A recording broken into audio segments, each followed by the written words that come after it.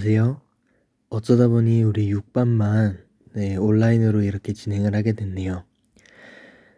네, 하루 조금 늦게 올라가서 미안하고, 일단은 오늘은 우리 이제 6단원에서 6단원 1차 시, 즉 주변에 있는 순물질과 혼합물에 대해서 알아보는 시간을 갖도록 하겠습니다.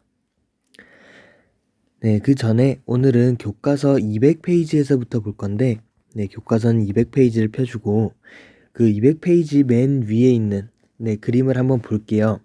그러면 이렇게 사람이 약간 못마땅하게 어떤 컵 두 개를 보고 있어요. 하나는 물이고 하나는 설탕물일 거예요. 물과 설탕물은 어떤 차이점이 있을까요? 실시간으로 통해서 이제 여러분들이랑 같이 이렇게 소통을 했으면 좋겠지만 그러지 못한 관계로 쌤이 한번 얘기를 해볼게요. 물 같은 경우에는 별로 단맛이 안 날 거예요. 그쵸? 단맛이 나지 않고, 그리고 설탕물 같은 경우에는 단맛이 잘 나겠죠. 그리고 뭐 농도의 차이도 있을 거예요. 물 같은 경우에는 뭐 설탕이 얼마 없어서 농도가 없다라고 얘기를 할 수 있겠고, 뭐 설탕물 같은 경우에는 설탕을 탄 정도에 따라서 농도가 이제 다양하다라고 얘기를 할 수 있겠죠. 네, 다양할 다짜죠. 마늘 다짜죠. 그리고 물과 설탕물 또 뭐가 있을까요? 네. 물은 그냥 물이라는 거 하나만 존재를 하는 거고, 설탕물은 설탕과 이제 물이 존재한다라고도 얘기를 할 수 있겠죠. 이렇게 보면 물이랑 설탕물이랑 구분할 수 있는 방법은 굉장히 많아요. 네. 그래서 이 두 가지를 이렇게 구분하는 거, 그거는 물질의 특성에 따라서 우리가 나눌 수 있는데, 물질의 특성을 알아보기 전에 한번 우리 순물질과 혼합물이라는 거에 대해서 한번 느낌적인 거를 한번 받아보도록 합시다. 일단 우리 주변에 있는 물질이라고 하면 물, 얘는 우리는 그냥 순수한 물이라고 할게요. 근데 다른 미네랄이나 그런 것들이 포함되지 않은 물입니다. 그리고 뭐가 있을까요? 공기라는 게 있을 수도 있고, 혹은 우유가 있을 수도 있고, 혹은 아니면 주스, 아니면 뭐 소금, 혹은 금반지 같은 게 있을 수 있어요. 금반지 같은 경우에는 굉장히 순수한 금, 24K 금을 얘기를 하겠습니다. 그랬을 때 순물질은 뭐가 있을까요? 약간 순물질, 딱 듣기만 했을 때 굉장히 순수한 무언가가 들어있을 것 같죠. 예를 들면 물이라든가, 물, 얘는 물 분자 하나 그대로를 얘기를 하는 거죠. 이 친구들이 모여있는, 순수한 물만이 모여있는 거. 그럼 공기는? 쌤은 공기를 한번 혼합물 쪽에 적어 볼게요. 왜냐하면 공기라는 거는 질소도 있고, 질소가 약 한 78% 정도가 됩니다. 그리고 산소가 21% 정도, 그리고 나머지 다른 기체들이 이제 1% 정도가 되겠죠. 이렇게 해서 다양한 공기들이 합쳐져 있는 거니까, 얘네들이 합쳐져 있는 거니까 그거를 우리는 혼합물에 한번 넣어 볼 수 있겠습니다. 그럼 마찬가지로 우유는, 그쵸, 우유도 뭔가가 이렇게 턱 섞여 있는, 그래서 불투명한 그런 어떤 액체가 되겠습니다. 주스도 마찬가지겠죠. 주스도 어떤 물에다가 과일 같은 경우에는 과일 농축액 같은 게 들어있을 수 있겠죠. 그래서 우리는 이 주스라는 친구도 혼합물 쪽에 한번 넣어보도록 하겠습니다. 그럼 소금은?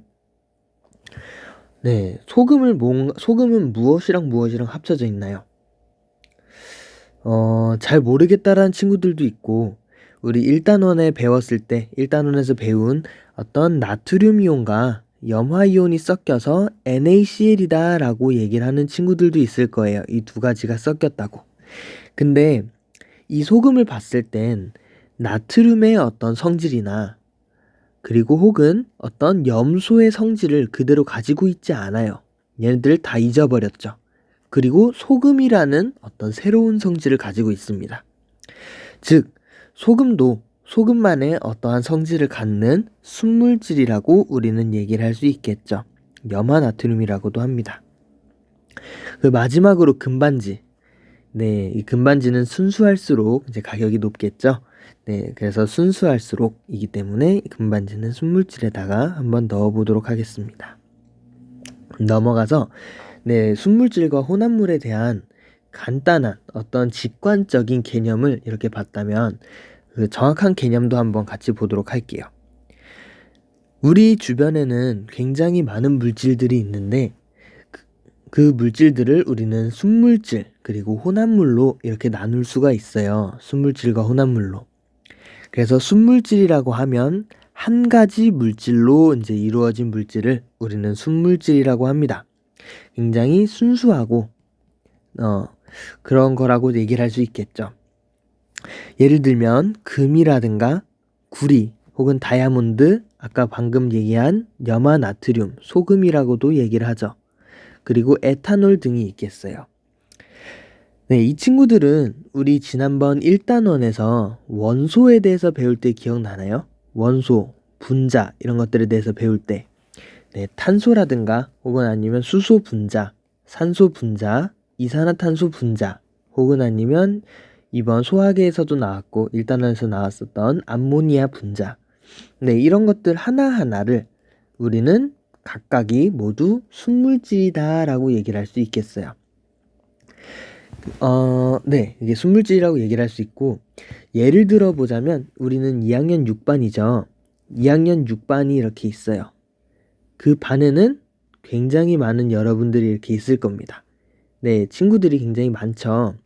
우리 반 총 22명이 있을 텐데 네, 각각을 우리는 순물질이라고 한번 얘기를 해볼게요. 네, 각각의 이제 성격을 가지고 있죠. 그리고 각각의 이제 특징을 가지고 있죠.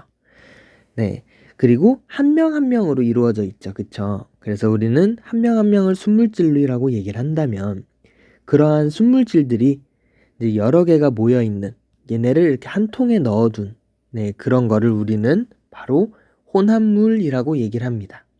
즉 여러분들 이렇게 하나하나가 모여서 네, 순물질 하나하나를 이렇게 하나의 반에 넣어둔다면 2학년 6반 혼합물이라고 얘기를 할 수 있는 거겠죠. 근데 그 혼합물 속에 넣었을 때 여러분들의 성격이나 특징이 혹은 바뀌나요? 그러진 않죠. 그래서 네, 2가지 이상의 순물질을 섞어도 네, 이렇게 섞어 놓아도 본래의 성질을 그대로 지니는 거를 우리는 혼합물이라고 얘기를 할 수 있습니다. 네, 예를 들어서 주스가 있겠죠. 물과 어떤 과일 용액을 넣어도 과일 맛도 나고 어떤 흐르는 물의 성질도 가지고 있겠죠. 네, 암석 같은 경우도 그래요. 얘는 많은 광물들이 이제 모여가지고 생기게 되는데 그 각각의 광물들이 자신의 성질, 자신의 특징을 그대로 지닌 채 어떤 돌에 이렇게 막 붙어 있다라고 얘기를 할 수 있겠습니다. 네, 그 지나가다가 어떤 돌멩이 같은 거 보면 조그만한 알맹이들이 있을 수 있어요. 네, 그런 걸 한번 얘기를 하면 됩니다. 네, 우유도 마찬가지고 공기도 아까 마찬가지로 질소라든가 산소 아니면 수소 뭐 그런 여러 가지 기체들이 모여 있죠. 그렇다고 해서 그 각각의 기체들이 이 각각의 순물질들이 자신의 성질을 잃지는 않았다라는 거죠. 좋습니다. 그래서 이 순물질을 구분하는 거는 네, 물질의 특성을 이용하는 건데요. 난 물질의 특성이 뭐냐? 물질의 여러 가지 성질 중에서 그 물질만이 나타내는 고유한 성질을 얘기를 합니다. 예를 들면 우리 2학년 6반 친구들은 모두 다 멋있고 이쁘고 귀엽고 깜찍하죠. 근데 그러한 멋있고 이쁘고 귀엽고 깜찍한 네, 여러분들 중에서도 우리가 뭐라고 얘기를 할 수 있을까요? 뭐 키가 178인 친구 혹은 아니면 뭐 맨 앞자리에서 가장 왼쪽에 앉아 있는 친구 이렇게 어떤 특징을 또 정확하게 얘기를 한다면 그 22명 중에서 이제 한 명으로 누군가가 좁혀지겠죠. 그쵸? 네. 그런 뭐 귀엽고 그리고 깜찍하고 그리고 멋있고 네, 그러한 여러 가지 성질 중에서 그 물질만이 갖는 어떤 특수한 혹은 아니면 어떤 고유한 성질 같은 거를 우리는 물질의 특성이라고 얘기를 할 수 있습니다. 즉, 구별할 수 있는 다른 것들로부터 그런 거를 우리는 물질의 특성이라고 얘기를 하죠. 그래서 무언가가 이렇게 섞여 있을 때, 즉 우리 2학년 6반에 22명이 이렇게 있을 때 그 중에서 한 명을 불러내기 위한 2학년 6반이라는 혼합물로부터 한 명을 가리키기 위한 한 명을 지목하기 위한 방법이 이제 물질의 특성 혹은 그 한 명의 어떤 특성을 이용한다라는 거죠. 이해가 되나요? 네, 잘 모르겠으면 그 Q&A 게시판에 물어봐도 좋고 아니면 쌤한테 직접 문자나 카톡으로 물어봐도 좋습니다. 네, 그거에 대한 예로서는 이 물질의 특성을 이용해서 혼합물로부터 순물질을 이제 분리를 하는데, 분리하는 이유는 그거예요. 우리가 이제 반지를 사러 갔어요. 반지를 살 건데 금반지를 살 거예요. 그러면 순도가 높은 24K금을 살래요? 아니면 그냥 순도가 낮은 뭔가 불순물도 많이 섞여 있는 그런 금반지를 살래요? 쌤이라면 순도가 굉장히 높은 어떤 좋은 반지를 살 것 같아요. 더 반들반들하고 또 이쁘잖아요. 그쵸?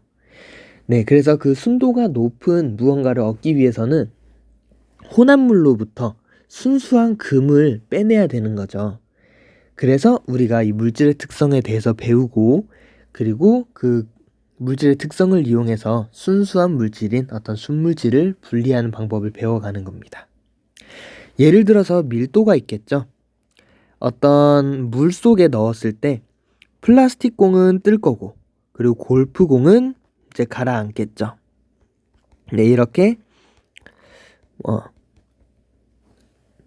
같은 부피더라도 하나는 뜨고 하나는 가라앉는 그러한 밀도라는 성질이랑, 그리고 끓였을 때, 무언가를 끓였을 때 얘가 이제 기포가 막 이렇게 생기면서 즉 기화가 되는, 그게 뭐 100도에서 일어나는지 80도에서 일어나는지 아니면 뭐 120도에서 일어나는지를 이제 확인하는 끓는 점, 혹은 이제 고체가 이제 녹을 거예요. 얘가 뭐 나중에 열이 나서 녹겠죠. 근데 그 녹는 게 0도씨에서 녹는지 혹은 마이너스 5도씨에서 녹는지 아니면 뭐 30도에서 고체가 액체로 이렇게 녹는지를 볼 수 있는 거죠. 그리고 뭐 용해도라고 하면은 어떤 액체 속에 무언가를 이렇게 녹일 거예요. 근데 그게 녹는 게 얼마나 녹는지를 이제 보는 거를 우리는 용해도라고 합니다. 그래서 오늘은 밀도에 대해서 하나 보고 넘어가도록 하겠습니다.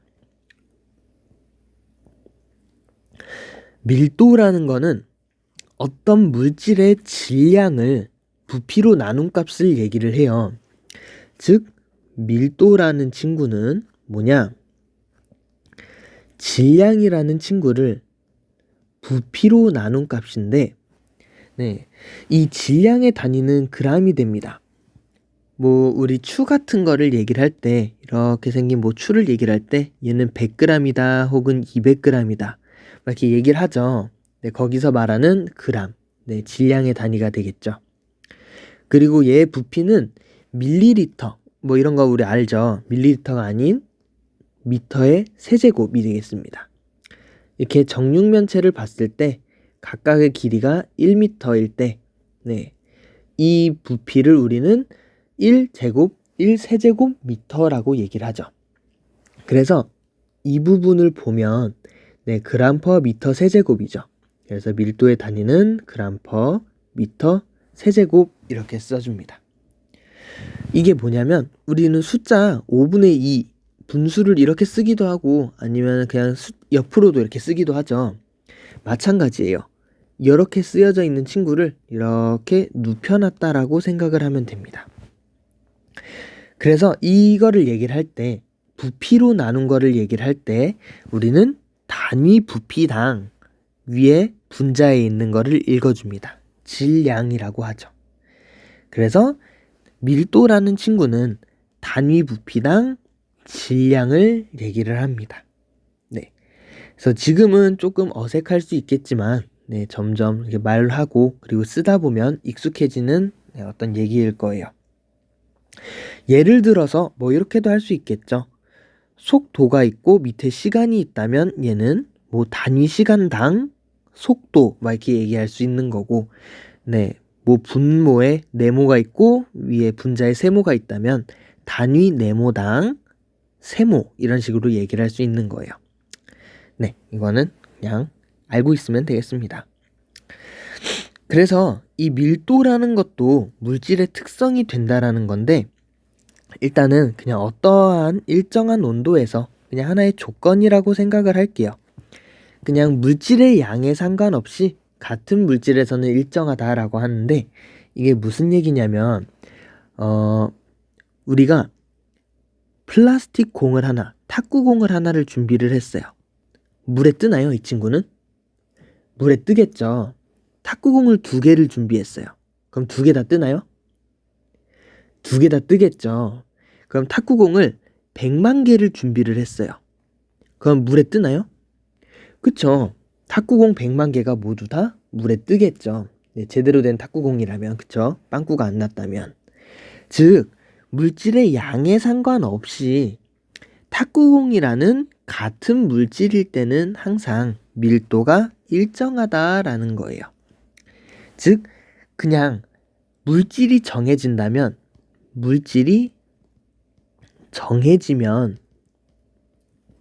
네, 그러면 밀도도 정해진다라고 얘기를 할 수 있는 거죠. 습니다. 그리고 즉 물질이 정해지면 밀도도 정해진다라는 거는 물질의 종류에 따라서도 다를 수 있다라는 거죠. 우리가 이렇게 생긴 어떤 뭔가를 금속 덩어리를 2개를 준비를 했어요.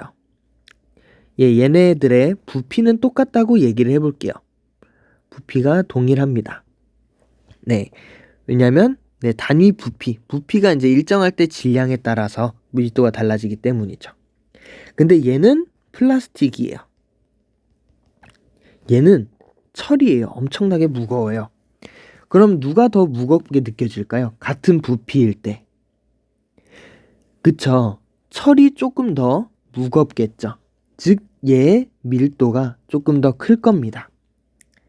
네, 이것처럼 물질의 종류에 따라서 같은 부피더라도 누가 더 무겁냐에 따라서 밀도가 달라지고, 그거는 물질의 종류에 달렸다라고 얘기를 할 수 있는 거죠. 그리고 이거는 또 같은 종류더라도 고체, 그리고 액체, 그리고 기체일 때도 밀도가 또 달라요. 왜냐면 그렇게 생각을 해주면 돼요. 인구 밀도라는 말 들어봤죠? 예를 들어서 우린 서울시 강남을 한번 생각을 해볼게요. 네, 강남이랑 어디를 생각하면 좋을까요? 저희 강원도의 어느 한 산골을 생각을 해봅시다. 어디가 사람이 더 북적북적거리나요? 그쵸. 강남이 아무래도 강원도의 어떤 시골에 있는 산골보다는 조금 더 사람이 많겠죠. 그래서 그거를 보고 우리는 인구 밀도가 높다라고 얘기를 합니다. 고체, 액체, 기체도 마찬가지예요. 같은 부피를 이렇게 두었을 때 고체 같은 경우에는 이렇게 따닥따닥 붙어 있고 얘네들이 굉장히 이렇게 잘 붙어 있죠. 액체 같은 경우에는 조금 더 자유롭게 이렇게 분포를 해 있습니다. 기체는 굉장히 자유로워요. 즉 얘네들이 훨씬 더 빽빽하게, 고체가 훨씬 더 액체보다 혹은 아니면 기체보다 더 빽빽하게 붙어 있죠. 그래서 고체가 액체보다 밀도가 크고 액체가 기체보다 밀도가 크게 되겠습니다. 이렇게 해서 우리는 보면 같은 부피 속에 질량을 가지는 물체가 얘는 3개밖에 없고, 액체 같은 경우에는 조금 더 많고 고체 같은 경우에는 조금 더 많으니까, 네, 같은 부피 속에 질량을 갖는 물체가 훨씬 많은 고체가 밀도가 더 크고, 그 다음은 액체, 그리고 기체가 되겠습니다. 네, 이 식에서 이러한 그림을 또 유추해 볼 수 있겠죠. 이렇게 해서 오늘은 밀도까지 한번 같이 알아봤고, 네, 다음 시간에는 이제 이어서 밀도에 대한 실험도 해보고, 그리고 네, 또 이제 이어서 진도 나가보도록 하겠습니다. 네, 수업 듣느라 고생 많았고, 그러면 다음 주에 등교하면 보도록 합시다. 아니네요, 우리는 아침 조회 때 보겠네요. 네, 고생하셨어요.